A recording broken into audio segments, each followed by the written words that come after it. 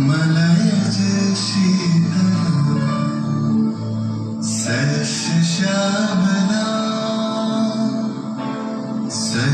श्यामला मातरम वंदे मातरम।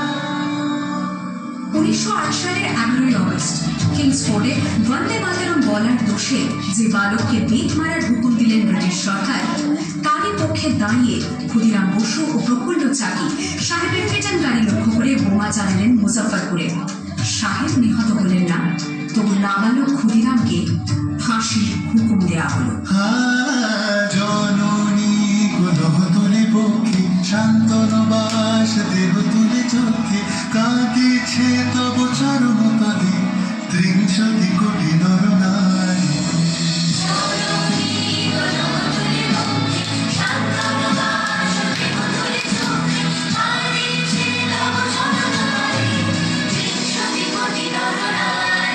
যারা স্বর্গগত তারা এখনো জানে স্বর্গের চেয়ে প্রিয় জন্মভূমি স্বদেশ প্রদের মহাদীক্ষার সেই মৃত্যুর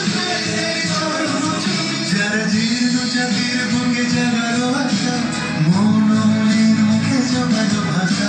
আজি রক্ত কমলে গাথা আজি রক্ত কমলে গাথা মান্য খালে বিজয় রক্তি দেব তাদের কালে মুক্তির মন্দির সমানতা কত প্রাণ হলো বলিদান লেখা আছে অশ্রু জলে লেখা আছে অশ্রু জলে।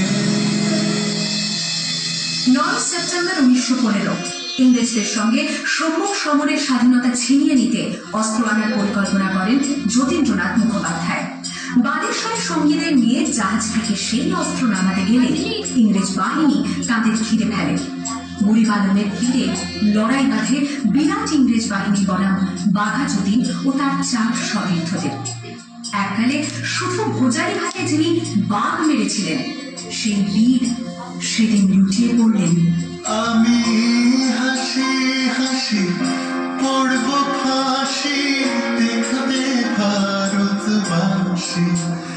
ও মা হাসি হাসি পড়ব ফাঁসি দেখবে ভারতবাসী। একবার বিদায় দে মা ঘুরে আসি। 18 এপ্রিল 1908